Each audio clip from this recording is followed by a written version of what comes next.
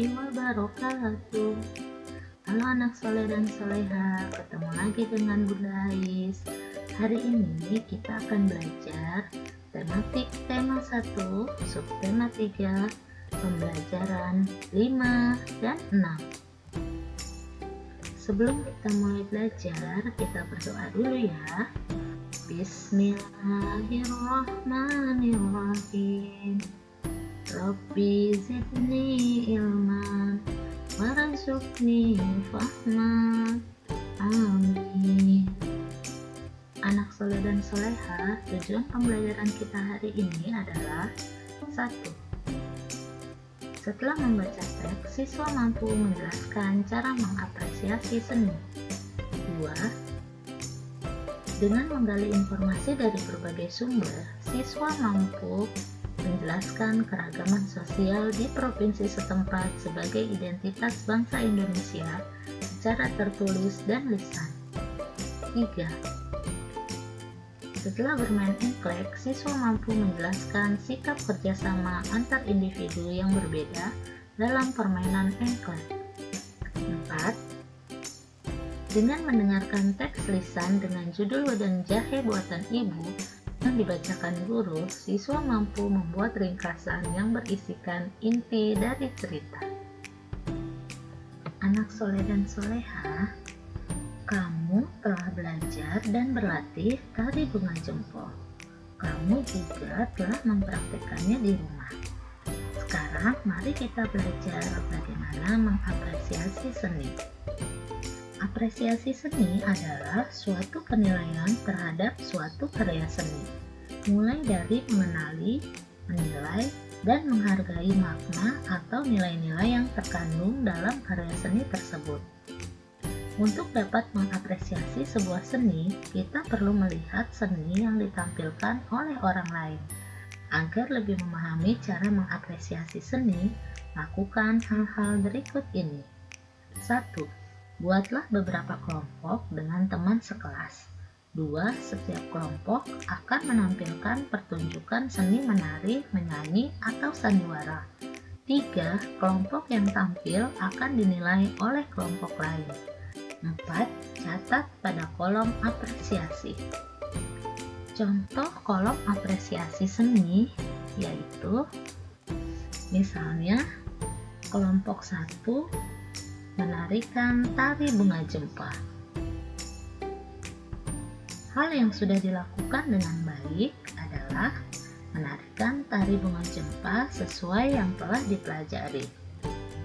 Hal yang perlu ditingkatkan misalnya kekompakan dalam menarikan tari bunga jempa. Saran yang diberikan yaitu agar lebih giat berlatih agar menarikan tari bunga jempa dengan lebih kompak. Bagaimana? Mudah kan cara mengapresiasi seni? Kamu telah mengenal tentang keragaman sosial dan budaya pada pelajaran sebelumnya. Sekarang kamu akan menulis tentang keragaman sosial dan budaya yang ada di provinsimu. Contohnya, Provinsi Jawa Timur. Pakaian adat Jawa Timur disebut mantenan. Pakaian ini sering digunakan saat perkawinan di masyarakat Jawa Timur. Pada pakaian tersebut mencerminkan ketegasan dan kesederhanaan kebudayaan Jawa Timur. Model baju pria dan wanita memiliki warna dasar hitam dan terbuat dari bahan belenggu. Selain itu, ada penutup kepala yang dipakai atau odeng. Sebelum menulis, kamu dapat melakukan wawancara kepada masyarakat sekitar. Contohnya, teman, guru, dan orang tua. Selain itu, kamu juga dapat melengkapi hasil wawancara kamu dari beberapa sumber bacaan seperti buku perpustakaan, surat kabar, atau berbagai sumber dari internet. Anak soleh dan soleha, sebelumnya kamu telah mengenal dan berlatih bagaimana melakukan permainan engklek. Ayo kita mengenal dan berlatih permainan tersebut lebih lanjut. Permainan tradisional merupakan salah satu bentuk keragaman budaya yang ada di Indonesia. Sebelumnya, kamu telah mengenal dan mempelajari permainan tradisional tersebut. Apakah kamu masih ingat cara memainkannya? Permainan tradisional adalah permainan yang dimainkan oleh anak-anak pada zaman dahulu. Permainan ini kebanyakan dilakukan secara berkelompok. Karena permainan ini dilakukan secara berkelompok, maka memerlukan kerjasama, kebersamaan, dan kejujuran yang tinggi. Nilai-nilai kebersamaan secara tidak langsung terdapat dalam permainan tradisional. Selain itu, nilai-nilai yang lain seperti kesabaran, bersedia mengalah, bersedia bergantian, juga terdapat dalam permainan tradisional. Anak soleh dan soleha, tahukah kamu permainan tradisional engklek dapat dimainkan dengan beberapa cara yang berbeda? Permainan tradisional engklek dikenal juga dengan istilah angklek atau ingklek. Permainan engklek merupakan permainan berjalan atau melompat dengan menggunakan satu kaki pada bidang datar dengan peraturan yang disederhanakan dan disepakati oleh pemainnya. Permainan tradisional ini memiliki banyak variasi tergantung kesepakatan yang memainkannya. Berdasarkan penelitian, ditemukan 43 jenis permainan engklek. Namanya pun berbeda-beda di tiap daerah. Istilah engklek yang biasa digunakan di daerah Jawa. Pola petak engklek ada 11 macam. Yang biasa digunakan di Jawa, jenis engklek ebrek dan engklek gunungan. Salah satu alat yang digunakan dalam permainan engklek adalah gacuk. Gacuk tersebut dilemparkan ke kotak-kotak tertentu pada kotak-kotak yang terdapat pada pola sesuai aturan bermain. Mari kita perhatikan pola bentuk peta engklek berikut. Yang pertama, pola pesawat. Yang kedua, pola gunung. Yang ketiga, pola baling-baling. Pola yang mana yang biasa kalian mainkan?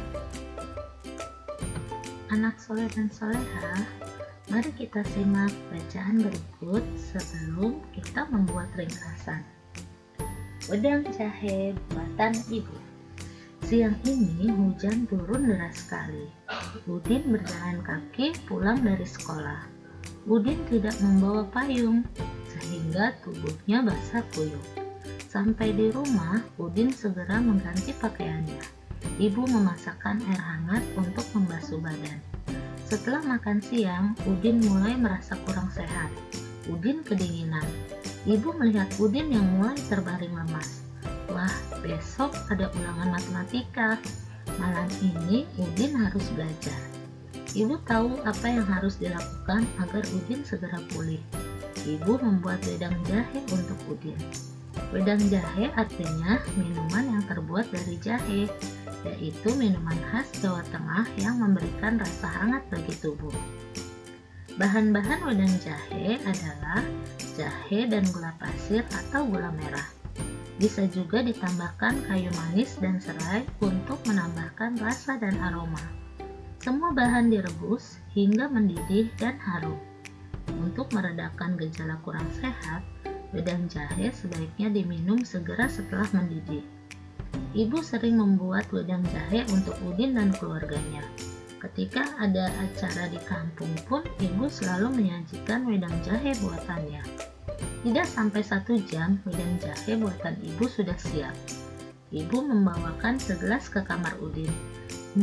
Hangat. Rasa dingin dari tubuh Udin perlahan hilang. Malam itu, Udin pun bisa melanjutkan belajar matematika untuk menghadapi ulangan besok. Minuman tradisional Indonesia memang mengagumkan, enak, dan sehat bagi tubuh. Sekarang, mari kita simpulkan gagasan pokok dari bacaan tersebut. Paragraf pertama, gagasan pokoknya adalah siang ini hujan turun deras sekali. Gagasan pokok paragraf kedua adalah ibu selalu menyajikan wedang jahe buatannya. Gagasan pokok paragraf yang ketiga adalah tidak sampai 1 jam wedang jahe buatan ibu sudah siap. Ringkasan yang dapat kita simpulkan dari gagasan pokok tersebut adalah siang ini hujan turun deras sekali. Udin tidak membawa payung sehingga tubuhnya basah kuyup. Ibu selalu menyajikan wedang jahe buatannya. Tidak sampai 1 jam wedang jahe buatan ibu sudah siap. Rasa dingin dari tubuh Udin perlahan hilang. Alhamdulillah, pembelajaran hari ini telah selesai. Ingat, jangan lupa lakukan 5M untuk mencegah penularan COVID-19. 1. Memakai masker.